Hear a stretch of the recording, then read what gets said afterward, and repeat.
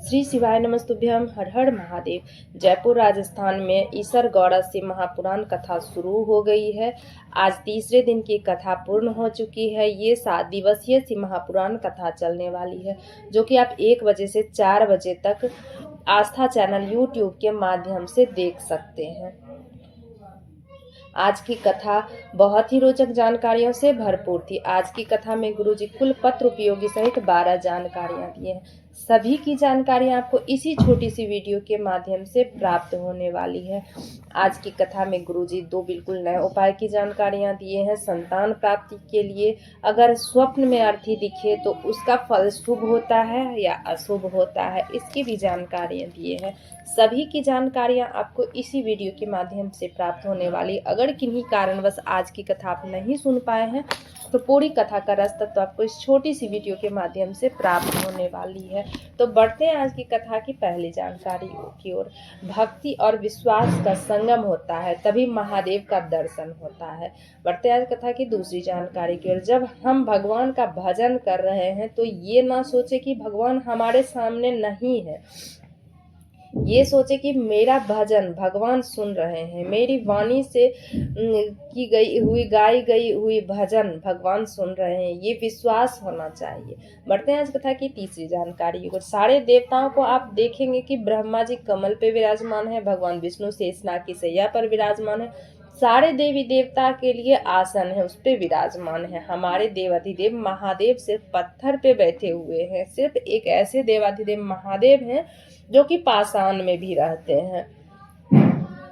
क्योंकि सबको याद दिलाते हैं अपना कर्म करते रहो, दुनिया बहुत कठोर है, अपना कर्म करते रहो, आगे बढ़ते रहो। बढ़ते हैं इस कथा की पांचवी जानकारी की ओर। अलका गुप्ता जी पत्र लेकर आए। मेरे बाबा, मैं क्या वर्णन करूं, सारे रास्ते बंद हो गए, 28 साल निकल गए, आशा छोड़ती थी। चैनल बदलते बदलते शिव पुराण की कथा आ गई। कथा सुन शिव मंदिर जाती, झाड़ू पोछा करती, जल चढ़ाती, बाबा पे पशुपति व्रत की, सावन में आप जो ऑनलाइन जलाभिषेक करवाते हैं, रुद्राभिषेक करवाते हैं, वो किए। बाबा की कृपा से 28 साल बाद बाबा हमें संतान का सुख दिए हैं। सब मुझे बांझ कहते थे, उसी का आभार व्यक्त करने हम कथा पंडाल में आए। बढ़ते हैं आज कथा की छठवीं जानकारी की ओर। आप कितनी भी भक्ति कर लो, आपको विश्वास नहीं हो तो कोई फल नहीं मिलेगा। विश्वास रख के भक्ति करो तो सारे फल मिलेंगे ही मिलेंगे। बढ़ते हैं आज कथा की 7वीं जानकारी की ओर। हेमवती जी पत्र लेकर के आई। 1 लोटे जल का क्या वर्णन करूं, पूरे विश्वास के साथ कह सकती हूँ। पहली कथा पंडाल में सुनी, दूसरी कथा सीहोर में सुनी। मेरे 2 बेटे हैं, दोनों की नौकरी नहीं थी। बाबा से विनय की, बेटे से बोली मेहनत कर, बाबा पे जल चढ़ा, बेलपत्री पे शहद लगाकर बाबा पे चढ़ा के जा। एग्जाम में गया, बाबा पे शहद, बेलपत्री में शहद लगा के बाबा पे चढ़ा के एग्जाम में गया। दोनों बेटे की सरकारी नौकरी लग गई है, उसी का आभार व्यक्त करने हम कथा पंडाल में आए। बढ़ते हैं आज कथा की 8वीं जानकारी की। आज गुरुजी सबसे निवेदन किए हैं कि जो भी कथा पंडाल में कथा सुनने आ रहे हैं या आने के लिए सोच रहे हैं तो मत आओ, घर में रहकर ही टीवी पर आसन लगा करके मोबाइल पर, टीवी पर ऑनलाइन कथा सुनो। गर्मी बहुत है, पंडाल में जगह नहीं है, आप लोगों को ही दिक्कत होगा। बढ़ते हैं आज कथा की 9वीं जानकारी की ओर। लीला जी पत्र लेकर के आए। गुरुजी, मेरा बेटा 13 साल का है, जिसको गले में गठान हो गया। डॉक्टर से दिखाए, वो ऑपरेशन बता दिया।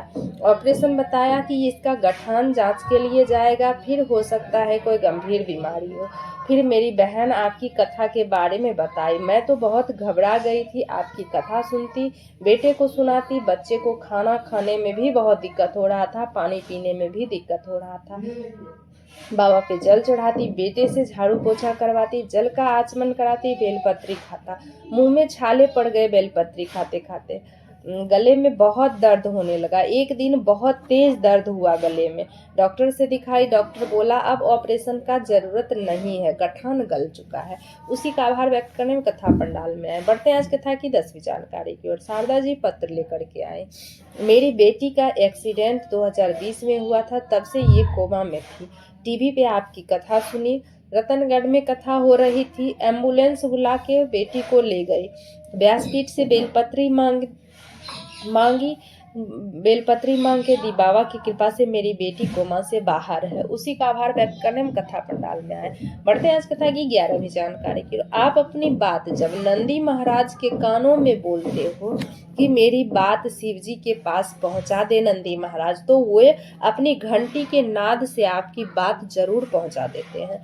बढ़ते हैं आज कथा की 12वीं जानकारी की ओर। अगर आपको बहुत दिन हो गए संतान का सुख नहीं है तो नंदी के पास 2 क्षण बैठ करके जरूर निवेदन करें, एक बेलपत्री और जल का आचमन करें, श्री शिवाय नमस्तुभ्यम का जप करें, सफेद आंकड़े का जड़ का प्रयोग करें तो बाबा आपको संतान अवश्य देंगे। बढ़ते हैं इस कथा की 13वीं जानकारी की ओर।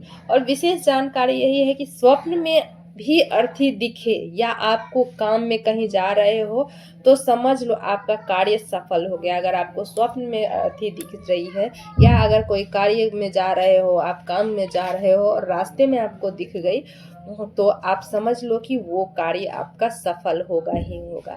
श्री शिवाय नमस्तुभ्यम, हर हर महादेव। दोस्तों मेरे चैनल पर नए हो तो सब्सक्राइब कर लो, बेल बटन प्रेस करना ना भूलना ताकि मेरे ऐसे वीडियो की नोटिफिकेशन सबसे पहले आप तक पहुंच सके। अगर आप फेसबुक के माध्यम से मेरा वीडियो देख रहे हो तो फॉलो करना ना भूलें। हर हर महादेव। श्री शिवाय।